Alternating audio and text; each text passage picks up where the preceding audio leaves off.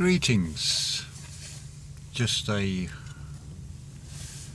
little sort of mulling over of things before I record day 6, which is going to be a rather interesting one. Funny enough, I switched the ignition on the car and the song Fahrenheit 451.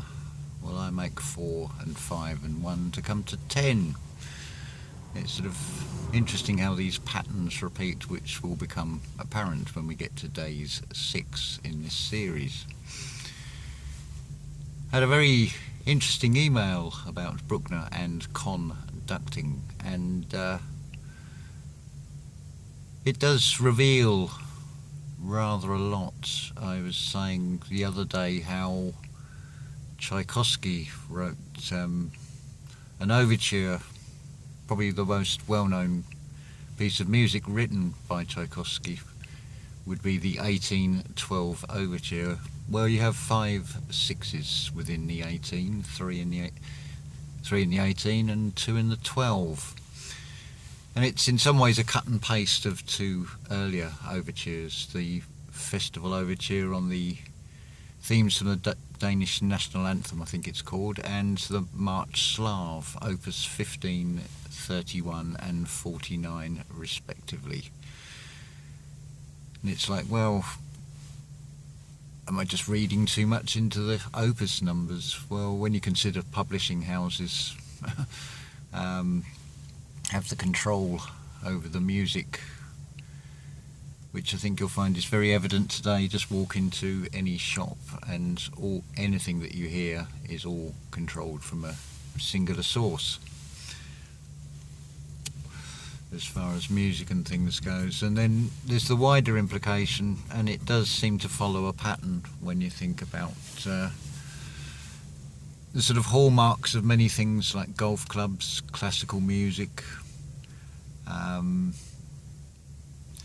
theatre clubs, chess clubs, you name it. There's often a sort of an element of, shall we say, snobbery, and almost like a conscious perception of looking down on other people. I remember going to a concert at the Barbican in London, and a few seats along from me was this gentleman in, well, he could have been transported out of the 1920s, this tweed jacket, waistcoat, pocket watch on a chain, and sort of, well, almost like it could have been out of something out of Gilbert and Sullivan, Victorian era. And then he's got this gorgeous young filly on his arm, very pretty sort of gold digger. Whether she was actually interested in the music or she was just interested in this man paying for his ego inflation by having this young blonde woman on his arm. And it led me to think about, prompted from this email also, about there was a comedy series in the UK called Keeping Up Appearances, and the main character is this hyacinth bouquet. On the one hand, she has 3 sisters. One has swimming pool, large house and room for a pony and a Mercedes-Benz, and it's all about the superficial material, and the brother-in-law Bruce, who's a bit of a cross-dresser and an embarrassment. Then another sister who's sort of she's the most human one in a way.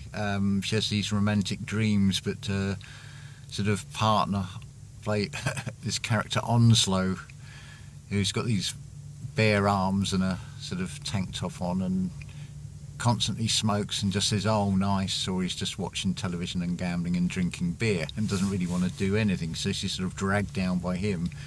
Then this other sister with these self-inflicted tales of woe and chasing after a sort of rich gentleman. And then Hyacinth herself, who's that keeping up appearances. She's trying to ingratiate herself with the sort of upper class, the royalty, those with titles and things, and basically she gets used as a taxi, and her long-suffering husband, who is sort of ordered about, has to drive a car and sort of watch the cyclist steer and try to look more executive and rehearsing all the sort of opening of the door and the etiquette. It's amusing, but also not amusing when you look at society, and you'll see this hierarchical pretentiousness. I think golf clubs and things are very atypical of that, and you have to wonder where that mindset has come from, and it sort of can almost see that sort of signature of oh, you're supposed to emulate us, you're supposed to look up to us. And you also see this reflected in the external world with these like Hollywood film stars and things, and encouraging people to sort of emulate them, look like them, dress like them, and behave like them. Such is life. Then there's also, what is the origin of catgut strings on stringed instruments? There seems a very sinister undertone to all of this, but it also then sort of leads me on to, should I turn my back on that external with Bruckner and the symphonies in my particular case? There's a lot to be gained from it, yes, but it's also just an expression. That's the thing to keep in mind. It's an expression, a way of explaining things. I was thinking also about, I've been listening to quite a lot of Rudolf Steiner, and he talks about this spiritual decline of man through the ages, from the catastrophe of Atlantis. At the age of the spiritual growth would continue till the age, I think he said, of 55, and this is decline when you get into what would be classed as the Roman era. It's come down to about 35, and then this Jesus figure by which we set the sort of calendar of today is down to 30 to 33 years, and then he cites David Lloyd George at the age of 27 as the maximum spiritual growth. And I think it would be fair to say that we've actually reached a point where the spiritual growth is actually hinted at with the way insurance will change at the age of 25. With things going in cycles of 7 in the spiritual sense, I wonder, on the current trajectory, as Rudolf Steiner is showing it, is how long would it be before the spiritual growth of humanity stops at the age of 7, when a child will sort of start getting a conscious mind rather than purely in the unconscious, as in the stage of a baby and as a toddler in that observing stage. Whatever happens, it's whether we're plunging into decline still, or whether we can speed things up and time jump things in this matrix and get us to this 7th stage of spiritual growth. I feel very much that there was a time, probably what, as Rudolf Steiner calls, the Atlantean catastrophe, where we did have the ancestral memories in these physical vessels to draw on. And I think Rudolf Steiner, I feel he's right when he says that when we've reached this maximum spiritual growth at say 25 or 27, and we don't progress from there, we have to go in ourselves to carry on that process. That seems very much the way things are today. We are very much suffering from amnesia and a severing with the past, and that severing of spiritual connection seems to be the underlying emphasis on the under and lying in a very sinister way this matrix is going. But I would say that, to use the Steiner analogy that certainly 2001 we seem to have jumped into maybe another subsection of one of the sevens of this conditions of spiritual growth of humanity. Certainly I would say there was a marker 20 years later in 2020. But I don't know how you feel about do you think we are going into this age of Aquarius? Some will say we're not. It's still 700 years away. But are we doing this for us, or are we doing this for future generations? Are we in service of the future of humanity, or are we just self-serving? Yes, it will be lovely to go through the experience of seeing this played out fully. But I cannot help but notice also, when you consider some of the great minds, such as Rudolf Steiner and Alan Watts and Neville Goddard, they don't have considerably long lifespans in the physical sense. We're talking sort of late 50s, 60s and 70s by today's standards. That's actually quite a short lifespan, but then it can be argued that their work was done as well. So it's something not exactly to worry about, but to keep in mind, because it is a case of be careful what you wish for. Are you bringing about your own demise in this realm? Or are you wanting to really get out of this realm? Or are you wanting to see this realm turned into something far better? These are all questions I think we need to ask ourselves. And the point of this video, just sharing thoughts. It's not actually part of the book series, but I thought I'd just infill with this video, and the person that's written me the email, I will respond to you personally.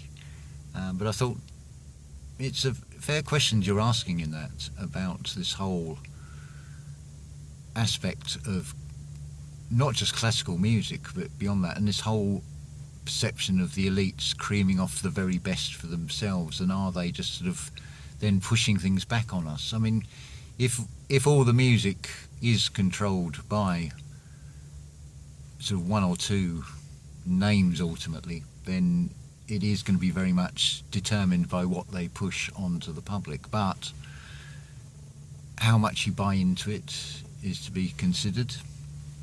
How much feeling and benefit you get out of it, and can you transmute it into something positive? And I say yes, you can.